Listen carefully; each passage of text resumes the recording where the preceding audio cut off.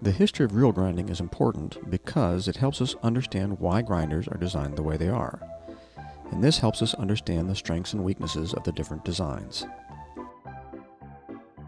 It all begins in the 1800s with the Industrial Revolution and urbanization. A growing middle class had more free time and money.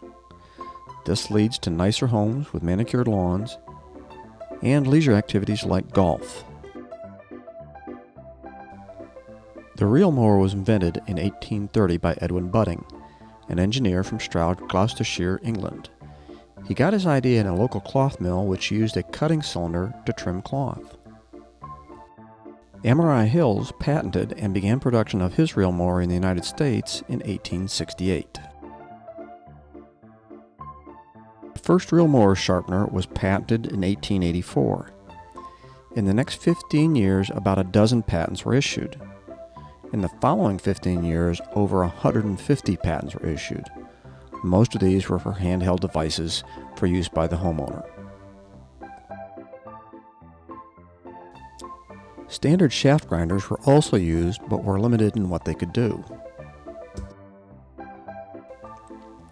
In 1902, Percy Root of the Root Brothers Manufacturing Company started the SIP division and introduced the first successful reel grinder.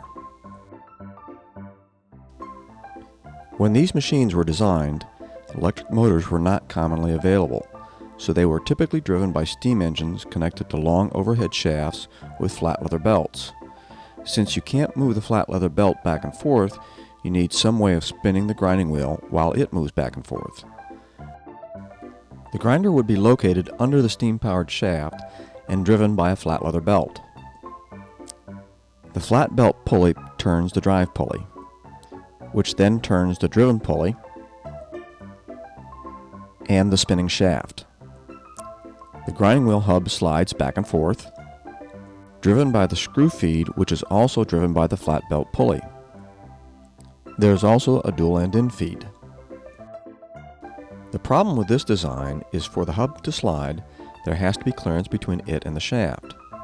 That clearance increases with wear and creates a chattering grinding wheel.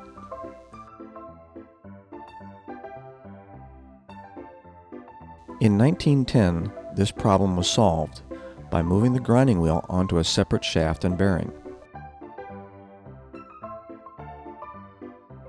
In the 1920s, the next major improvement included using an electric motor instead of steam to run the grinder, originally with a belt drive, and then a direct drive.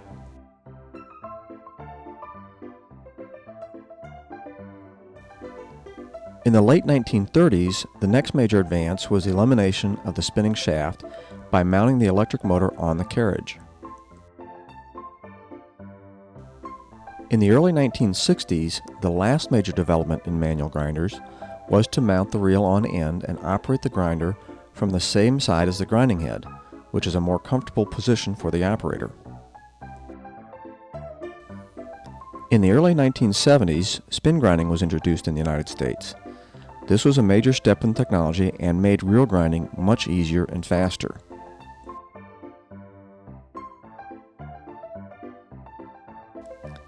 So in 70 years, we went from this to this. But if you look a little more closely, you'll see that there are a lot more similarities than differences in the equipment.